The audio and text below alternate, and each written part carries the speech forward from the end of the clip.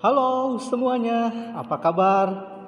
Mudah-mudahan kalian sehat dan tentunya tetap semangat ya dalam mengikuti pelajaran bahasa Indonesia.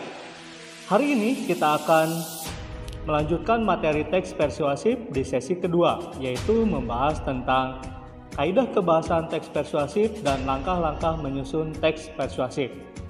Mari kita simak.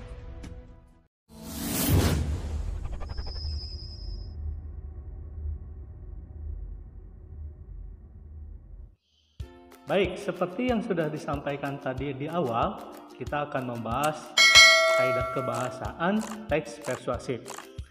Apa saja yang termasuk kaidah kebahasaan teks persuasif? Yang pertama, 1. Menggunakan kata-kata teknis atau peristilahan yang berkenaan dengan topik yang dibahas.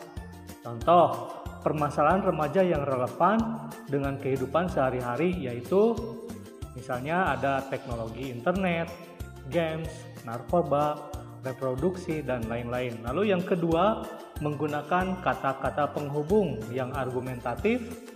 Misalnya jika sebab karena dengan demikian, akibatnya oleh karena itu.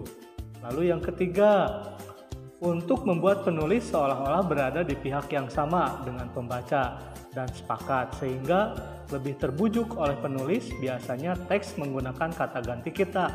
Contoh, kita harus berjuang bersama melawan permasalahan ini. Lalu yang keempat, menggunakan kata-kata perujukan seperti berdasarkan data, merujuk pada pendapat.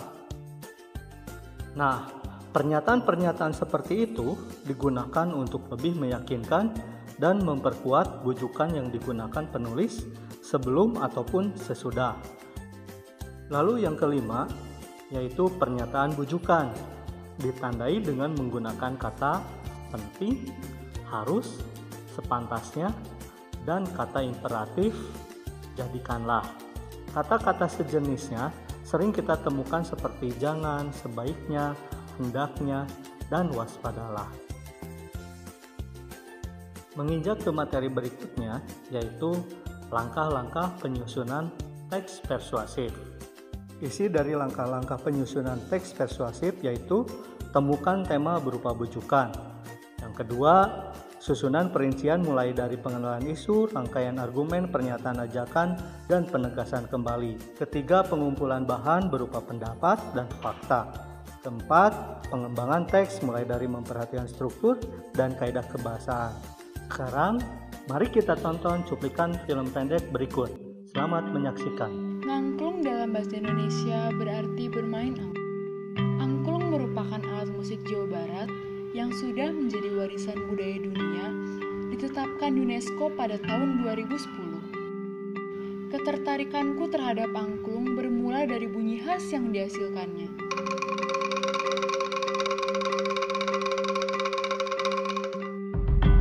Tidak sampai di situ, kecintaan dan kebanggaanku makin bertambah ketika aku tahu angklung burung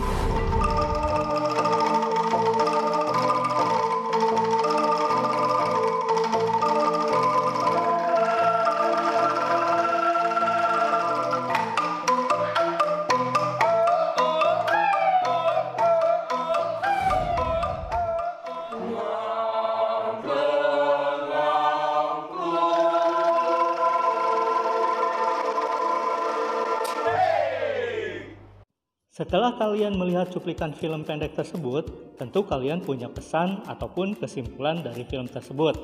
Nah, sekarang Bapak akan memberikan penugasan soal teks persuasif. Silakan kalian simak atau dilihat. Soal yang pertama yaitu apa tema dari cuplikan film tadi?